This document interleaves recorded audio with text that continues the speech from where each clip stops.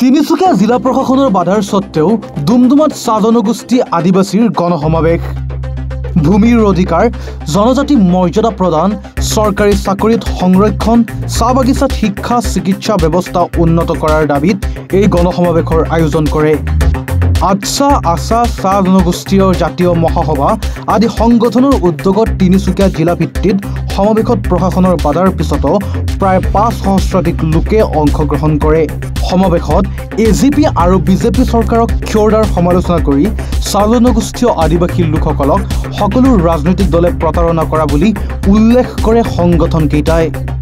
সমাৱেশত চাহ জনগোষ্ঠী মন্ত্ৰী বিধায়ক সাংসদসকলৰ অকৰ্মান্যতাৰ বাবেই আজি চাহ জনগোষ্ঠী আদিবাসী লোকসকলে প্ৰাপ্য অধিকাৰৰ পৰা বঞ্চিত হোৱা বুলি কয় সংগঠনকেইটাৰ নেতৃত্বই।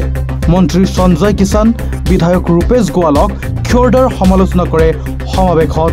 গণসমাৱেশ আয়োজন কৰা আমাৰ মূল লক্ষ্য উদ্দেশ্য আছিলে যে চাহ জনগোষ্ঠী আৰু আদিবাসী ৰাইজৰ যি মূল দাবী আছে, ভূমিপট্টা, জনজাতিকৰণ আৰু আমাৰ ৰাজনৈতিক অধিকাৰ, এই তিনিটা যেতিয়ালৈকে আমি সুৰক্ষিতভাৱে আমি নাপাওঁ, কিন্তু আমি চাহ জনজাতি ছাত্ৰ সন্থা আৰু আদিবাসী ছাত্ৰ সন্থা শান্ত হৈ নাথাকো।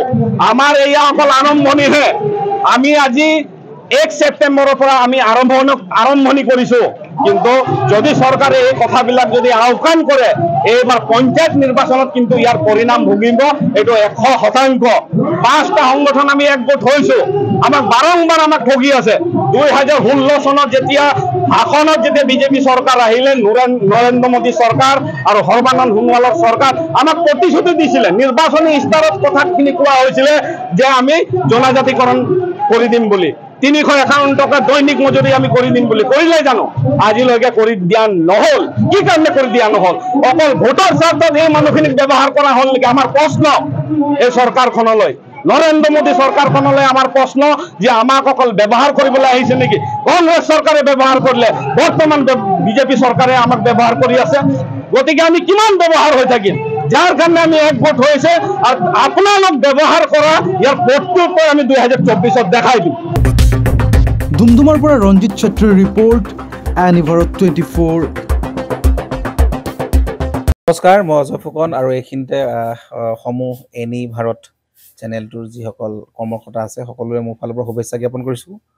অসমৰ আচলতে সংবাদ জগতত নতুনকৈ আচলতে এটি আত্মপ্ৰকাশ ঘটিছে আমাৰ নিউজ চেনেল এনি ভাৰত, আৰু এনি ভাৰতৰ এটা খুব ধুনীয়া এটা অনুষ্ঠান হ'বলৈ গৈ আছে।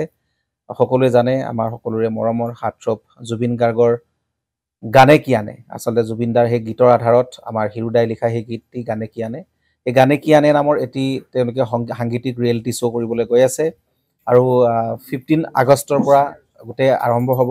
প্ৰথম অডিশ্যন অসমৰ ধেমাজি জিলাত আৰম্ভ কৰিব। গতিকে সমূহ যিসকল প্ৰতিভা আছে, যিসকলে গান ভাল পায়, যিসকলে তেওঁলোকৰ নিজৰ প্ৰতিভা আচলতে দেখুৱাব বিচাৰে, এই ৰিয়েলিটি শ্ব'ত গানে কি আনে এই প্ৰতিযোগিতাত অংশগ্ৰহণ কৰক আৰু খুব ধুনীয়া আপোনালোকে সুবৰ্ণ সুযোগ লাভ কৰিব।